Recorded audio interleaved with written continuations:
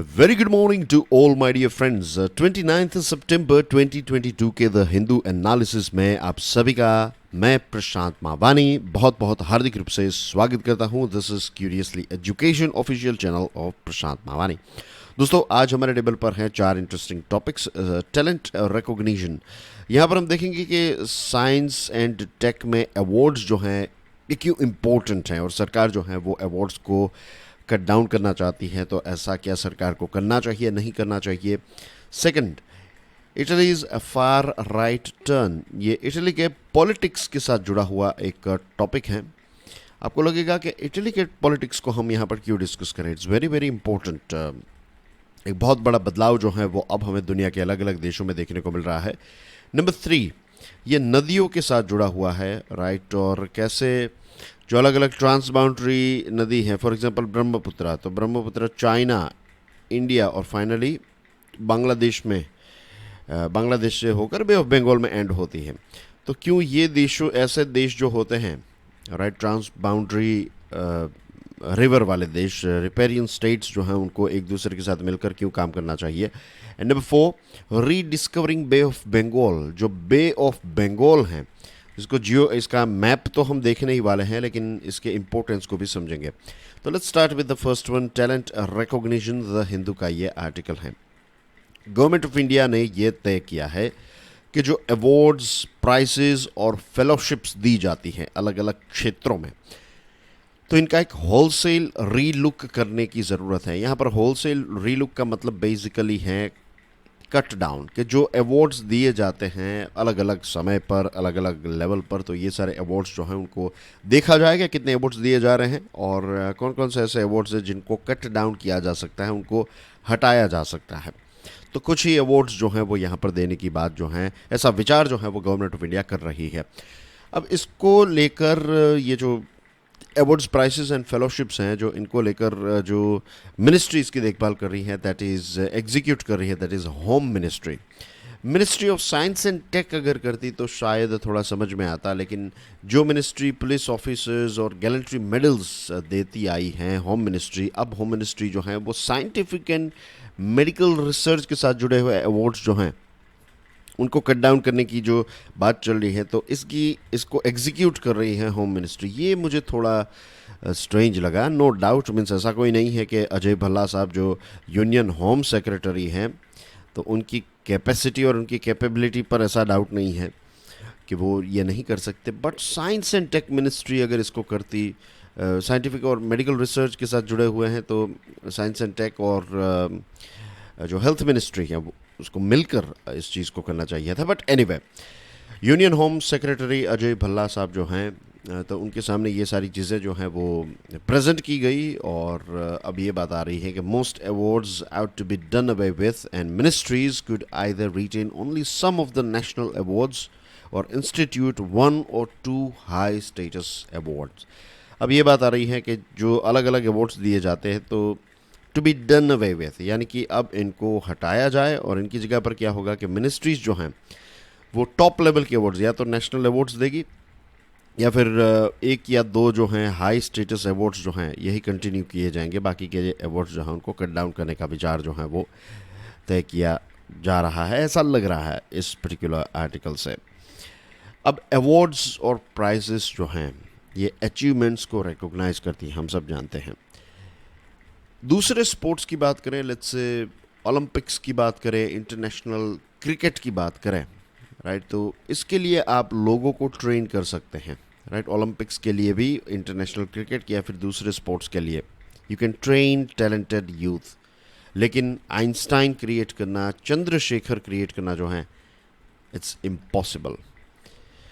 दूसरी चीज़ कि जब हम अवार्ड्स देते हैं साइंटिफिक अचीवमेंट के लिए और मेडिकल रिसर्च के लिए, जब एक यंगस्टर है, लेट्स से किसी ने एक बहुत ही कॉलेज लेवल पर या फिर स्कूल लेवल पर अगर उनका साइंटिफिक माइंड है और मेडिकल रिसर्च के प्रति या फिर मेडिकल साइंस के प्रति उनका एक झुकाव है, तो ये जब हम रिकॉग्नाइज करते हैं अवार्ड्स से, प्राइजेस से, हर एक लेवल की बात कर रहा हूँ, स्कूल लेवल से ये चीज़ जो है वो स्टार्ट होती हैं, सोसाइटी लेवल पर कई बार अलग अलग कास्ट ग्रुप्स जो हैं वो अवार्ड्स देते हैं, कई बार लोकल आपकी जो म्यूनसिपालिटी है वो ऐसे अवार्ड्स और चीज़ें जो हैं वो अरेंज करती हैं।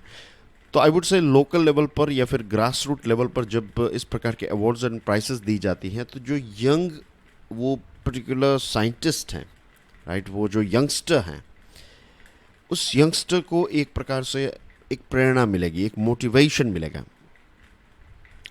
और हमें यही करना है, we have to spur younger scientist towards loftier यानी कि बड़े बड़े ऊंचे ऊंचे और इमेजिनेटिव गोल्स वो क्रिएट करें।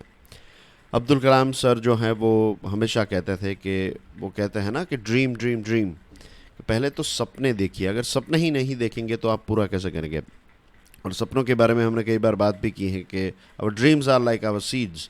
जितनी अच्छी क्वालिटी का ड्रीम, दैट मीन्स उतनी अच्छी क्वालिटी का सीड, और जितनी अच्छी क्वालिटी का सीड होगा और जितनी अच्छी क्वालिटी की प्रोसेस उस पर की जाएगी। इट्स लाइक एक फैक्ट्री जो होती है तो उसमें क्या किया जाता है, उसमें जो रॉ मटेरियल हैं, अच्छी क्वालिटी का रॉ मटेरियल, उसको इनपुट के तौर पर, रॉ मटेरियल को कहते हैं इनपुट। तो आप मशीन के अंदर वो चीज़ें डालेंगे, फिर उसकी एक प्रोसेस होगी और उसके बाद एक आएगा आउटपुट। तो जितना अच्छा रॉ मटेरियल, तो यहाँ पर हम कह सकते हैं seed, that is our dream. फिर उस पर किस प्रकार की प्रोसेसेस हुई है, एजुकेशन किस प्रकार का मिला है, घर पर कैसा माहौल है, फिर ये अवार्ड्स एंड प्राइजेस, ये सारी चीज़ें मिलकर जो है वो प्रोसेस को और ज़्यादा स्ट्रॉन्ग बनाती है। और फाइनल जो आउटपुट है that is the result, right, वो तय करेगा कि आप कहाँ पर हैं। तो दिस इज़ द थिंग। और जितने भी अलग अलग नोबेल लॉरेट्स हैं आज के ज़माने के, तो आप उनके जीवन को देखेंगे तो उन्होंने बहुत सारे ऐसे अवार्ड्स जो हैं वो जीते हैं अपने अर्ली करियर में, और हर साल उनको किसी न किसी अवार्ड, कोई अवार्ड, क्योंकि उन्होंने चीज़ें जो अचीव की हैं वो उस लेवल की हैं। तो it's always step by step, right, step by step वो आगे बढ़ते गए। इंक्रीमेंटल जिसको हम कहते हैं, इंक्रीमेंटल चेंज, इंक्रीमेंटल इनोवेशन, ये वो करते गए, इनको अवार्ड्स मिलते गए, वो और ज़्यादा डीप जाते गए। उनको अवार्ड के माध्यम से कई बार ऐसा भी होता है कि थोड़े बहुत पैसे भी मिल जाते हैं जिससे वो अपनी रिसर्च को आगे ले जा सकें। कई बार ऐसा होता है कि जो स्टाइफन उनको मिलता है वो उतना पर्याप्त नहीं होता है स्टार्टिंग लेवल पर। तो इस प्रकार के अवार्ड्स और उसमें जो प्राइजेस हैं, तो वो ये यंगर साइंटिस्ट को एक प्रकार से मोटिवेट करती है। मोटिवेट के साथ साथ उसका जो खर्च है वो भी निकल जाएगा। तो ये एक बड़ा लक्ष्य जो है उसको ध्यान में रखते हुए we have to in fact increase more awards. हाँ, नेशनल लेवल पर जो अवार्ड है वो एक ही रहेगा, लेकिन जो कट डाउन करने की बात कर रहे हैं उससे थोड़ा बहुत खर्च बढ़ जाए, खर्च जो है वो कुछ पैसे हम बचा लेंगे, लेकिन वो जो फ्यूल के तौर पर हमेशा एक कंटिन्यूस जो एक सपोर्ट का एहसास जो है वो हमेशा होना चाहिए। The centre should reconsider the merits of its proposal. यहाँ पर बॉटम लाइन ये है कि सेंट्रल गवर्नमेंट को फिर से एक बार रिकन्सिडर करने की ज़रूरत है, अपना जो ये प्रपोजल है इसमें बदलाव लाने की ज़रूरत है। यही चीज़ ये आर्टिकल कहता है। Let's talk about Italy, right. मैं चाहता हूँ कि आप इटली जो हैं इसका मैप एटलास में ख़ुद देख लीजिए, right. This is a sort of homework for you. Italy के कैपिटल के बारे में नहीं पूछूंगा, लेकिन इटली जो है उसकी वो एक लिटोरल स्टेट है, राइट। लिटोरल यानी कि एक समंदर जो है उसके साथ अपनी बॉर्डर शेयर करता है। तो इटली के इर्द गिर्द कितने सी हैं, अलग अलग कितने सीज जो हैं, आप नाम बताइए मुझे। और अगर कोई सी हैं, कोई एक है या फिर एक से ज़्यादा हैं, तो उनका पूरा लिस्ट जो है वो बताइए। And you have to do this clockwise.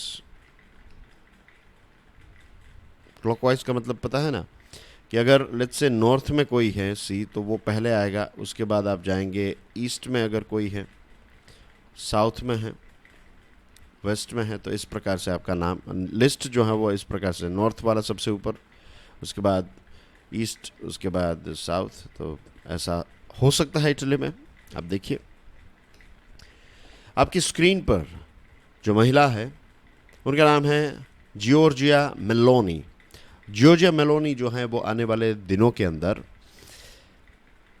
Italy की पहली महिला प्राइम मिनिस्टर बनने वाली हैं। और मेलोनी की जो पार्टी है इसका नाम है द ब्रदर्स ऑफ इटली। अब ये मेलोनी की पार्टी या फिर उनकी जीत जो है, जनरल इटली जो है उसके पॉलिटिक्स को हम इतना कोई खास डिस्कस नहीं करते हैं, लेकिन यहाँ पर हमें डिस्कस करने की ज़रूरत है, आवश्यकता है।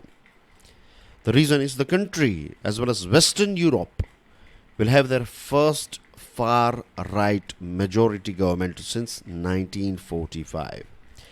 1945 के बाद पहली बार, 77 ईयर्स के बाद पहली बार ऐसा हो रहा है कि वेस्टर्न यूरोप में, अब वेस्टर्न यूरोप की जब हम बात कर रहे हैं तो यूके इसमें आता है, जर्मनी, पोर्टुगल, ये स्पेन, इटली, ये सारे जो वेस्टर्न विचारधारा वाले या फिर वेस्टर्न यूरोप में भी आपको विचारधारा में एक डिफरेंस देखने को मिलेगा, उनका जो कल्चर है उसमें एक डिफरेंस देखने को मिलेगा।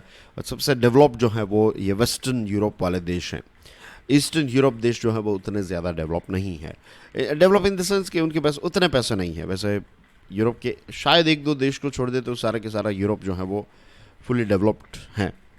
बट एनीवे, तो वेस्टर्न वर्ल्ड में, वेस्टर्न यूरोप में प्रिसाइसली 1945 के बाद पहली बार एक फार राइट मेजॉरिटी सरकार जो है उसकी जीत हुई है, एक विचारधारा जो है उसकी जीत हुई है। और ये थोड़ा चिंता का विषय है क्योंकि ये जो विचारधारा है ये इटली का एक फैसिस्ट व्यक्ति था, राइट, सुप्रीमो मुसोलिनी। इनफैक्ट उनका पूरा नाम है बेनितो मुसोलिनी, आपने नाम सुना होगा। और वर्ल्ड वॉर 2 के अंत के कुछ महीने पहले ही वहाँ के जो लोग हैं उन्होंने इस व्यक्ति को पकड़कर फिर इसकी हत्या कर दी थी। तो ये जो फैसिस्ट विचारधारा है, ये फिर से फैसिस्ट विचारधारा वाली पार्टी जो है वो फिर से एक बार जीत चुकी है, ऐसा लग रहा है। क्योंकि एक टीवी इंटरव्यू में मुसोलिनी की काफ़ी तारीफ़ की थी। उन्होंने कहा था, ये जो हमारे जॉर्जिया मेलोनी है, तो उन्होंने ये कहा था कि मुसोलिनी जो है वो एक बहुत अच्छे पॉलिटिशियन थे और उन्होंने कहा कि वो जो भी कर सकते वो सारी चीज़ें उन्होंने इटली के लिए की। और मुसोलिनी का जो इटली था वो एक्सिस पावर्स यानी कि जर्मनी और जापान के साथ जुड़ा हुआ था। और जर्मनी और जापान के साथ अगर ये विचारधारा जो है वो बेसिकली फिर से यहाँ पर रीएक्टिव हुई है, तो यूके, यूएसए और जो दूसरे देश है, फ्रांस है, राइट, इसके अलावा दूसरे जो देश डायरेक्टली इनडायरेक्टली इन्वॉल्व थे वर्ल्ड वॉर 2 में, तो वो लोग बिल्कुल खुश नहीं होंगे इस चीज़ को लेकर। और यहाँ पर जो रोम में चेंज ऑफ गार्ड, रोम जो कैपिटल है इटली का, तो यहाँ पर चेंज ऑफ गार्ड जो हुआ है, दिस इटसेल्फ इंडिकेट्स के दुनिया के अलग अलग देशों में इस प्रकार की चीज़ें जो हैं वो अब हमें देखने को मिलेगी।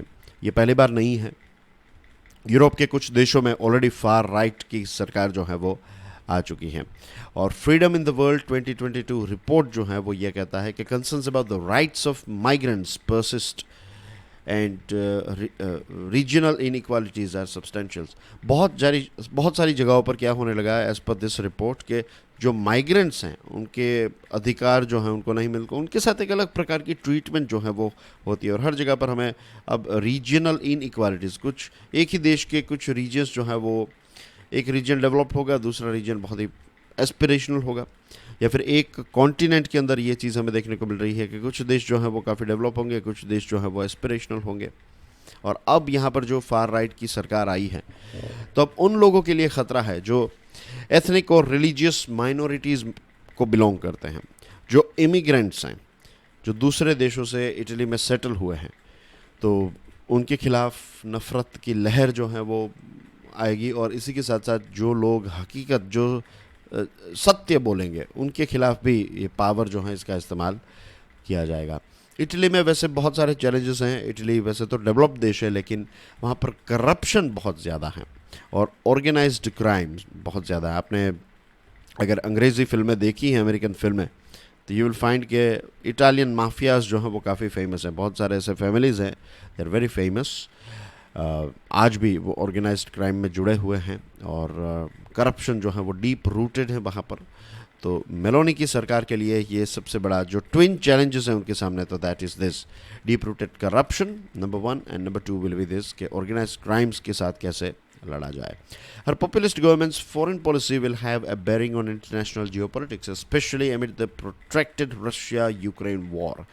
अब ये जो मेलोनी की सरकार हैं उसकी इम्पैक्ट रशिया यूक्रेन वॉर पर भी आएगी, इंटरनेशनल जियोपॉलिटिक्स पर भी आएगी कि वो किस प्रकार की विचारधारा को इम्प्लीमेंट करते। चलो उन्होंने बेनितो मुसोलिनी की तारीफ़ की, ये सारी चीज़ें एक तरफ है, शायद हो सकता है कि वोट गेन करने के लिए शायद ये सारे स्टंट्स जो हैं वो उन्होंने किए हों, लेकिन अब वो अगर एक as a prime minister head of the state के तौर पर अगर काम करेंगे तो वी हैव टू सी कि उनके इंटरनेशनल रिलेशंस जो हैं वो क्या मुसोलिनी और उनकी विचारधारा से प्रभावित होंगे या फिर नए देश नए नए युग के नए चैलेंजेस को ध्यान में रखते हुए वो काम करेंगे। We have to wait and watch.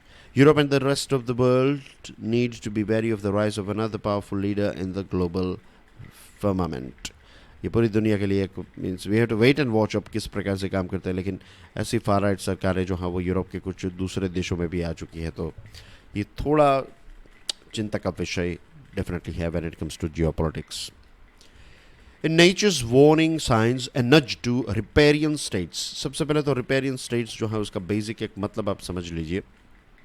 जैसे मैंने आपको स्टार्टिंग में बताया, चाइना, इंडिया एंड बांग्लादेश ये रिपेरियन स्टेट्स हैं। मान लीजिए कि ये जो मैंने लाइन ड्रॉ की ये है ब्रह्मपुत्र रिवर, राइट, ब्रह्मपुत्र नदी जो है, तो इसका जन्म चाइना में होता है, तिब्बत में टू बी प्रिसाइज, एंड उसके बाद इंडिया में एंटर होती है, इंडिया के बाद बांग्लादेश में, और बांग्लादेश के बाद फाइनली बे ऑफ बंगाल में मर्ज हो जाती है। इसके बाद जो आर्टिकल देखेंगे we are going to talk about bay of Bengal as well, right. अब हर जगह पर आप देखिए फ्लड्स की फ्रीक्वेंसी और इंटेंसिटी जो है दुनिया के अलग अलग पार्ट्स में काफ़ी ज़्यादा होने लगी है। आपको याद दिलाना चाहूँगा जो जर्मनी में फ्लड आया था लास्ट ईयर, और हमने देखा कि कैसे नेदरलैंड्स जो हैं उन्होंने काफ़ी अच्छी तरीके से हैंडल किया। तो उनका जो एक सिस्टम है कि नदियों के साथ जीना, वो वाले सिस्टम की काफ़ी तारीफ भी हुई थी, और हमने इसको डिस्कस भी किया था। आपको शायद याद होगा जर्मनी और दूसरे देशों में काफ़ी ज़्यादा फ्लडिंग की सिचुएशन, अचानक से बारिश हो गई, और यहाँ पर ऐसी सिचुएशन होती नहीं है लेकिन यहाँ पर भी ऐसे हुआ। और विनो के पाकिस्तान में क्या हुआ, राइट, पाकिस्तान में लगभग थर्ड जितना पाकिस्तान यानी कि 33% जितना पाकिस्तान जो है उसमें बाढ़ आई थी। 33%, दिस इज़ ह्यूज। और ये जो सेकंड इनिंग होती है, मैंने आपको कई बार बताया है कि फ्लड हैं या फिर जो बेसिकली पानी के साथ जुड़े हुए ऐसे डिज़ास्टर जो होते हैं, तो इसमें एक सेकंड इनिंग होती है। तो सेकंड इनिंग में वाटर बोर्न डिजीज़ होते हैं, पानी से होने वाले डिजीज़। आज वहाँ पर पोर्टेबल पानी अवेलेबल नहीं है। पोर्टेबल यानी कि पेयजल, जो ड्रिंकेबल वाटर ऐसा शब्द नहीं है कि दिस वाटर इज़ ड्रिंकेबल और नॉट ड्रिंकेबल, ऐसा नहीं है। This water is portable, portable is the right word. जो हम कहते हैं drinking water, that's the right word, लेकिन ड्रिंकेबल नहीं, पोर्टेबल। जब पानी की बात करें तो ये पोर्टेबल वाटर यानी कि पीने लायक पानी जो है वो भी पाकिस्तान के इस एरिया में अवेलेबल नहीं है। तो ये सेकंड इनिंग का पार्ट होता है, जहाँ पर भी ऐसी फ्लडिंग होती है वहाँ पर ये होता है। अब देखिए इसी साल जून 2022 में आसाम में बहुत ज़्यादा फ्लड्स आया, बहुत ज़्यादा flood experience one of its worst floods in living memory which affected over 30 districts को अफेक्ट करने वाला अभी तक का, जो कहते हैं ना कि आज तक मुझे याद नहीं है कि ऐसा कब हुआ था। मेरे इतने साल के जीवन में मैंने ऐसा नहीं देखा। जो हम ऐसी लाइंस यूज़ करते हैं ना, तो वैसे ही ये हैं कि फ्लड के worst floods in the living memory. 30 districts जो हैं वहाँ पर फ्लड आया, और आसाम और बिहार कुछ ऐसे हमारे राज्य हैं जहाँ पर फ्लडिंग जो है ये एक रिकरेंट फीचर है। रिकरेंट फीचर यानी कि ये बार बार यहाँ पर हर साल जो है वो फ्लडिंग जो है that is a bit common, लेकिन अब इनकी इंटेंसिटी और फ्रीक्वेंसी जो है वो बढ़ने लगी है, और दुनिया भर में ये चीज़ होने लगी है, फ्रीक्वेंसी और इंटेंसिटी। और यही चीज़ यहाँ पर हुई ना, worst floods in living memory. ये जो है ये एक बड़ा चिंता का विषय है। अब फ्लडिंग जो है ये एक नेचुरल फिनोमिना है जिसको कंप्लीटली आप प्रिवेंट नहीं कर सकते, कंप्लीटली आप इसको रोक नहीं सकते, इट्स अ नेचुरल थिंग। लेकिन एक चीज़ है, अगर हाइड्रोलॉजिकल इंफॉर्मेशन जो है वो शेयर की जाए, तो इससे आप जो नुकसान होने वाला है इसको मिटिगेट कर सकते हैं। चलो पूरा नुकसान आप रोक नहीं पाएंगे, लेकिन कुछ हद तक आप चीज़ों को कंट्रोल कर पाएंगे। This is also important. Customary international law क्या कहता है? कस्टमरी इंटरनेशनल लॉ ये कहता है कि अगर कोई रिपेरियन स्टेट्स हैं, no state has to use its territory in a manner that causes harm to another state while using a shared natural resources. अगर आप कोई शेयर्ड नेचुरल रिसोर्स यूज़ करते हैं, और यहाँ पर बात हो रही है लेट्स से रिवर की, कई जगहों पर ऐसा भी होता है, पहाड़ भी होते हैं, माउंटेन रेंज होती है, बट यहाँ पर हम रिवर की ही बात करेंगे कि कस्टमरी इंटरनेशनल लॉ ये कहता है कि अगर रिवर हैं, एक देश से दूसरे देश ट्रांस बाउंड्री रिवर हैं, तो आप नदी का ऐसा इस्तेमाल नहीं करेंगे जिसकी वजह से, पानी का ऐसा इस्तेमाल नहीं करेंगे जिसकी वजह से दूसरे का नुकसान हो। आप इतना ज़्यादा पानी डाइवर्ट नहीं करेंगे जिससे दूसरे को पानी ना मिले, या फिर आप फ्लडिंग की सिचुएशन जो है वो क्रिएट ना करें। ये भी आपको ध्यान में रखना है। ये कस्टमरी इंटरनेशनल लॉ कहता है। This amounts to saying that there is a binding obligation on all states not to release water to cause floods in another को share of the river water. या तो आप इतना पानी रिलीज नहीं करेंगे कि फ्लड हो, या तो आप इतना पानी डाइवर्सिफाई नहीं करेंगे या फिर डाइवर्ट नहीं करेंगे जिससे दूसरे देश में ड्राउट वाली सिचुएशन जो है वो आ जाए, वहाँ पर सूखा पड़ जाए। ये भी आप नहीं करेंगे। ये एक कस्टमरी इंटरनेशनल लॉ कहता है। इंटरनेशनल कोर्ट ऑफ जस्टिस, कल मैंने प्रश्न पूछा था ना इसके बारे में। आईसीजे जो हैं, एक केस है 2010 का, pulp mills on the river Uruguay, Argentina versus Uruguay का ये केस था। और इस केस में जजमेंट क्या आया देखिए। ये कोर्ट ने, आईसीजे ने अपहेल्ड किया that conducting a trans boundary environmental impact assessment, जिसको TEIA कहा गया है, ऑफ द प्लान्ड मेजर और project on the shared water course is part of customary international law. कि अगर आप कोई प्रोजेक्ट क्रिएट कर रहे हैं, ऐसी कुछ चीज़ें कर रहे हैं, तो आपको ये जो ट्रांस बाउंड्री रिवर के साथ जुड़ी हुई बात है अगर, तो आपको कस्टमरी इंटरनेशनल लॉ के तहत आपको एक बेसिकली इम्पैक्ट जो trans boundary environmental impact assessment जो है ये कंडक्ट करना चाहिए। यानी कि दोनों देश जो हैं उनको पता होना चाहिए कि क्या क्या चीज़ें चल रही है। इस व्हेन आई से दोनों, I mean to say Argentina और उरुग्वे। अब चाइना जो है ये अपर रिपेरियन स्टेट है when it comes to Brahmaputra. Upper riparian का मतलब क्या होता है? अगेन कि चाइना से, तिब्बत से इसकी शुरुआत होती है, तो पहले वहाँ से होकर भारत में पानी आता है ना, तो दिस बिकम्स अपर रिपेरियन। अब मॉनसून के टाइम पर आसाम में पिछले कई दशकों से जिस प्रकार के फ्लड्स स्टार्ट हुए हैं, कहीं ना कहीं जो हैं वो चाइना ने जो डैम बिल्डिंग करना स्टार्ट किया और पानी रिलीज़ करना स्टार्ट किया जो हैं इसकी वजह से, और इसी के साथ साथ चाइना जो कंस्ट्रक्शन करते रहता है और इसकी वजह से जो मिट्टी, ये वो सीमेंट एक्सेट्रा, ये पानी डर्टी हो जाता है, तो ये दूसरे चैलेंजेस जो हैं वो भारत फेस कर रहा है। चाइना जो है कई बार एक्सेसिव पानी जो है उसको रिलीज़ कर देता है, और ये सारी चीज़ें जो है ये कस्टमरी इंटरनेशनल लॉ जो है उसका वायोलेशन कर रही हैं, और इसकी वजह से हमारे आसाम में फ्लडिंग जो है वो एक्सैसरबेट भी हो रही है। नाइदर इंडिया और China are party to UNWC 1997। ये UNWC क्या है? United Nations Convention on the law of the non navigational uses of international water courses, इसको कहता है UNWC। भारत और चाइना दोनों इसके पार्ट नहीं हैं। ना तो भारत और China United Nations economic commission for Europe on the protection and use of transboundary water courses and international lakes 1992 water convention, ना तो भारत और चाइना इसके भी पार्ट हैं। अब ये जो UNWC जो हैं, अब ये जो UNWC है तो इसमें एक डायरेक्ट रेफरेंस दिया गया है फ्लड का, और ये जो हार्मफुल कंडीशंस हैं और इमरजेंसी सिचुएशंस हैं इसको भी कवर करता है। आर्टिकल 27 कन्वेंशन का ये कहता है, water course states shall individually and where appropriate jointly take all appropriate measures to prevent or mitigate conditions that may be harmful to other water course states। यानी कि जो water course states है, जो riparian states है, तो इनको या तो इंडिविजुअली या तो जॉइंटली उनको ये समझना चाहिए, ये चीज़ करनी चाहिए, ऐसे मेजर्स उठाने चाहिए कि ऐसी कोई भी हार्मफुल चीज़ जो है वो किसी भी वाटर कोर्स स्टेट्स के साथ ना हो, जैसे कि नेचुरल क्लोज से या फिर ह्यूमन कंडक्ट से, आर्टिफिशियल या फिर नेचुरल, जैसे कि फ्लड्स हैं, आइस कंडीशंस है, water borne disease, siltation, erosion, salt water intrusion, drought, desertification, ये किसी भी प्रकार की ऐसी चीज़ जो है वो ना हो, इसको लेकर इनको मिलकर काम करना चाहिए, या फिर इंडिविजुअली जो है वो जहाँ पर पॉसिबल है वहाँ पर मिलकर, वरना इंडिविजुअली ऐसे स्टेप्स उठाने चाहिए। अब ऐसा कोई मैकेनिज्म नहीं है भारत और चाइना के बीच में, तो भारत को जो है वो MOU पर रिलाय रहना पड़ता है।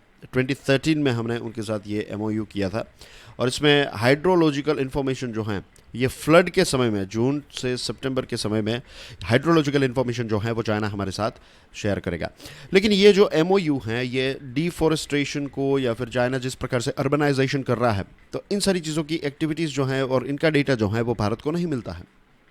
Floods are also a recurrent problem in the Koshi and Gandak river basins that are shared by India and Nepal. India और नेपाल के बीच में जो रिवर बेसिन है, जहाँ पर कोशी है, गंदक है, तेराई वाला रीजन जो है, तो यहाँ पर भी काफ़ी फ्लड्स जो है वो हमें देखने को मिलता है। और इंडिया और नेपाल ने 1954 में एक एग्रीमेंट किया था, इसको रिवाइज किया 1996 में, और इसका लक्ष्य यह है कि जो डिवास्टेटिंग फ्लड्स हैं उसको कम करने के लिए जो भी स्टेप्स उठाए जा सकते हैं वो उठाएंगे। The treaty-based joint bodies have also tried to refine the early warning system for flood forecasting. ये जो treaty-based joint bodies हैं इंडिया और नेपाल की, उन्होंने कोशिश भी की कि हम अर्ली वार्निंग सिस्टम जो है वो फ्लड फोरकास्टिंग के लिए इस्तेमाल करें। In contravention of procedural customary international law obligation, India considers data on transboundary river as classified information. ये सबसे बड़ा प्रॉब्लम है। भारत क्या समझता है, भारत क्या करता है कि जो पानी के साथ या फिर ये नदी के साथ जुड़ा हुआ जो डेटा है ट्रांस बाउंड्री का, तो ये क्लासिफाइड रखता है। अब क्लासिफाइड है, इसके लिए इस पर और ज़्यादा सरकार, टॉप लेवल की सरकार के अलावा किसी को और पता भी नहीं चलेगा कि क्या क्या चीज़ें इसमें हैं। So this is the thing, इसको डीक्लासिफाई करने की ज़रूरत है।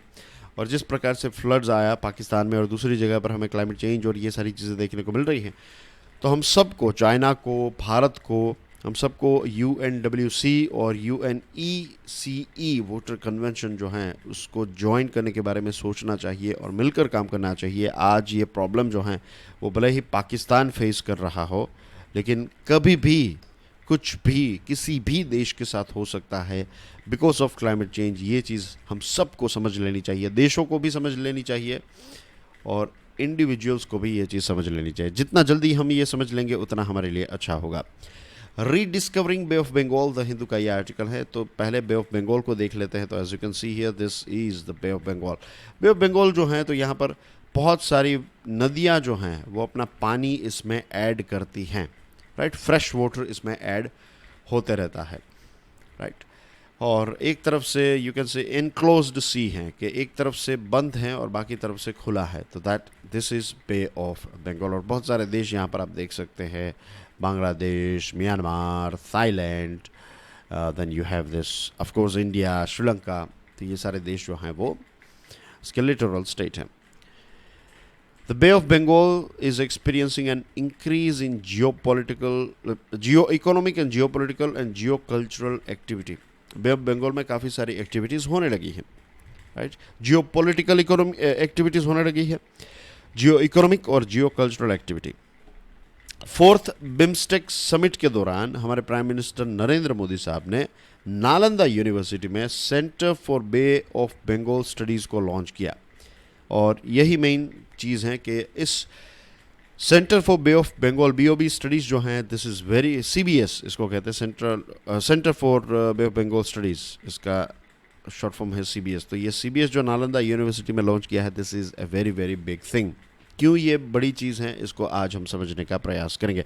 The official launch of the CBS has once again demonstrated India's commitment to advancing constructive agendas by forging connections and setting up platforms for all those with an interest in the Bay. यहाँ पर बे का मतलब है bay of Bengal. Bay of Bengal में जितने भी interested देश हैं उनके साथ कनेक्शंस को और ज़्यादा मजबूत करने के लिए एक प्लेटफॉर्म सेटअप किया है भारत ने। एंड दिस इटसेल्फ इंडिकेट्स कि ये CBS के ऑफिशियल लोन से भारत ने अपना कमिटमेंट जो है वो दिखाया है कि भारत जो है वो बे ऑफ बंगाल को लेकर कमिटेड है। बे ऑफ बंगाल जो है ये इंडियन ओशियन में एक मेजर कॉमर्स हब है। ईस्ट और वेस्ट के बीच में ट्रेड एंड कल्चर और ये सारी चीज़ों को भी जोड़ने वाली एक बहुत ही इम्पोर्टेंट कड़ी है। पहले एशिया पैसिफिक बोला जाता था, या फिर उसको ज़्यादा इम्पोर्टेंस दिया जाता था, अब इंडो पैसिफिक को दिया जाता है। और इंडो पैसिफिक यानी कि इंडियन ओशन और इंडियन ओशन के लिटोरल स्टेट्स इसमें आ गए। और उसमें जो छोटे छोटे नीश ऐसे समंदर हैं या फिर एरियाज़ हैं, तो उसमें बे ऑफ बंगाल जो है ये एक बहुत ही इम्पोर्टेंट नीश एरिया है। तो इंडो पैसिफिक ओरिएंटेशन से के बहुत सारी चीज़ें जो इंडो पैसिफिक के साथ जुड़ी हुई है, आप उसको याद कीजिए, तो ये सारी चीज़ों की वजह से इस पर भी एक इम्पैक्ट आता है। Lifelines for global economic security, energy security, terrorism, climate change, marine and energy resources का एक्सप्लोरेशन, ये सारी चीज़ों के लिए बे ऑफ बंगाल जो है वो इम्पोर्टेंट है। हमारे भारत को थाईलैंड और दूसरे देशों के साथ जोड़ता है, राइट। तो इकोनॉमी के लिए इम्पोर्टेंट है, एनर्जी सिक्योरिटी के लिए बहुत सारी एनर्जी मीन्स बांग्लादेश और दूसरे देशों को इसी जगह से एनर्जी मिलती है, यहाँ से ही उनकी शिप्स आती हैं। टेररिज्म का ख़तरा है, क्लाइमेट चेंज का ख़तरा है, और मराइन और एनर्जी रिसोर्सेज का जिस प्रकार से एक्सप्लोरेशन हो रहा है और उसी के साथ साथ जहाँ जिस प्रकार से एक्सप्लोइटेशन हो रहा है, तो उसके पॉइंट ऑफ व्यू से भी बे ऑफ बंगाल इंपॉर्टेंट बन जाता है। बायोडाइवर्स मराइन एनवायरनमेंट है बे ऑफ बंगाल का। जैसे मैंने आपको बताया कि दुनिया की अलग अलग, हमारे देश की और दुनिया की अलग अलग नदियाँ जो हैं, बड़ी बड़ी नदियाँ जो हैं, उसका पानी इसमें फ्रेश वाटर जो हैं वो ऐड होते रहता है। और बे ऑफ बंगाल में बहुत सारी रेयर और एंडेंजर्ड मराइन स्पीसीज और मैनग्रूव्स भी यहाँ पर हैं। Major powers expanding their economic and geopolitical influence are seen everywhere, हर जगह पर हमें देखने को मिल रहा है। फॉर एग्जांपल चाइना की बात करें तो चाइना इंडियन ओशन या फिर बे ऑफ बंगाल के साथ अब लिटोरल स्टेट नहीं है, लेकिन अब बांग्लादेश और म्यांमार में कुछ ऐसे डीप सी पोर्ट्स जो हैं वो बनाने के बहाने से चाइना जो है वो यहाँ पर इकोनॉमिक और जियोपॉलिटिकल इन्फ्लुएंस जो है वो स्प्रेड कर रहा है। तो ये एक चिंता का विषय है। जैसे मैंने आपको बताया एनवायरमेंटल एक्सप्लॉइटेशन, ये भी एक यहाँ पर लेट्स से प्लास्टिक की नेट्स, फिश नेट जो है इसको ऐसे ही छोड़ दिया, फिर ऑयल स्पिल होते रहता है। कई बार जो ये छोटी बड़ी बोट्स होती हैं तो उनका कुछ ना कुछ सामान, कुछ उनके केमिकल्स गिर गए। फिर बहुत सारी मीन्स एग्रीकल्चर जो है उसमें बहुत केमिकल यूज़ करना, फिर बारिश की वजह से वो नदियों के पानी के साथ मिक्स होके फाइनली बे ऑफ बंगाल तक पहुंच जाता है, राइट। तो ये सारे जो अलग अलग एनवायरनमेंट के साथ जुड़े हुए, जिस प्रकार से हम एनवायरनमेंट को डिस्ट्रॉय करते जा रहे हैं, तो ये सारी चीज़ें जो हैं जो बे ऑफ बंगाल के पानी तक पहुंचती है, तो बे ऑफ बंगाल में एक डेड जोन बन चुका है। और इसकी वजह से क्या हुआ है, जो मैनग्रोव ट्रीज जो रक्षा करते हैं शोर्स की, राइट, अब ये मैनग्रोव जो है वो धीरे धीरे ख़त्म होते जा रहे हैं क्योंकि यहाँ पर डेड जोन बन चुका है। बिकॉज कितने सारे केमिकल्स और प्लास्टिक और जाने कि कितने अलग अलग प्रकार के पॉल्यूशंस जो हैं, इसकी पूरी इम्पैक्ट जो है वो इस बे ऑफ बंगाल पर हमें देखने को मिल रही है। तो जो लिटोरल गवर्नमेंट्स हैं उनको इस प्रकार की, जो हमने देखा center for bay of Bengal studies, तो इसको सपोर्ट करना चाहिए, इसको प्रमोट करना चाहिए, रिसर्च एंड ट्रेनिंग इस पर हो, लोगों को ट्रेन किया जाए। और ये सारे देश, हम सारे देश जो हैं वो मिलकर, व्हेन आई से हम सारे, आई मीन टू से लेट्स से बिम्स्टेक के तो आप देश को पकड़ ही लीजिए,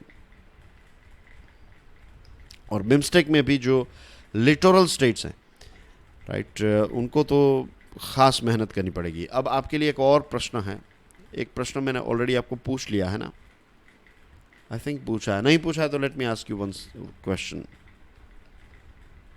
yes, I have asked you about Italy.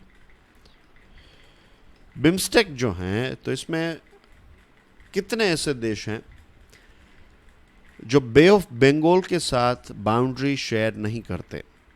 Basically BIMSTEC में कुछ लैंड लॉक्ड कंट्रीज हैं, उनके नाम बताइए। और लास्ट आपका ये प्रश्न है, राइट, ये पीडीएफ को डाउनलोड करने के बाद आप इस प्रश्न को अच्छी तरीके से देख लीजिएगा। दोस्तों, मैंने कुछ वीडियोस कल लॉन्च किए थे, तो वो नहीं देखे हैं तो देख लीजिएगा ज़रूर। बहुत ही इंपॉर्टेंट विषय पर ही मैं वीडियो बना रहा हूँ। और जो अटॉर्नी जनरल हैं, अटॉर्नी जनरल ऑफ इंडिया, तो उनके साथ जुड़े हुए काफ़ी इंपॉर्टेंट पॉइंट्स हमने डिस्कस किए। फिर जो नॉर्ड स्ट्रीम लीक हुआ है, तो इसकी इम्पैक्ट पूरी दुनिया पर कितनी आएगी वो देखना ना भूलिएगा। वो बहुत ही डीप एनालिसिस उसमें मैंने एक्सप्लेन किया है। And basically that's everything, right? Thank you very much for watching this video. Thank you very much for supporting Curiously Education. I love you guys. Thank you for your love and support. Jai Hind.